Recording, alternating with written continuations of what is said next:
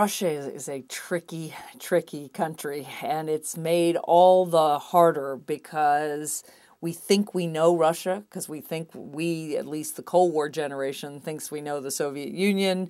We have lots of stereotypes that we're not even aware of, and the new generation of policymakers has no experience with Russia. Russia wasn't even on their radar screen. So you have a real lacuna of experts who are thinking about the country Russia is today, not the country Russia was in 1980 or 1990 or 2000, and who are genuinely expert.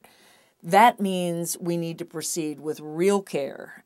It would be wonderful if President Obama could find a way simultaneously to give Russia some of the acknowledgement it so craves as a great power, but at the same time draw some real red lines, because that's got to be our policy. We have to make very clear where those lines are. But we also have to listen to the Russians. I mean, the Russians have actually been pretty frank about what they thought were red lines, and they were very clear with respect to Georgia that they were going to look at Ossetia and South Ossetia and Abkhazia. Those were enclaves that they were not going to let Georgia take over.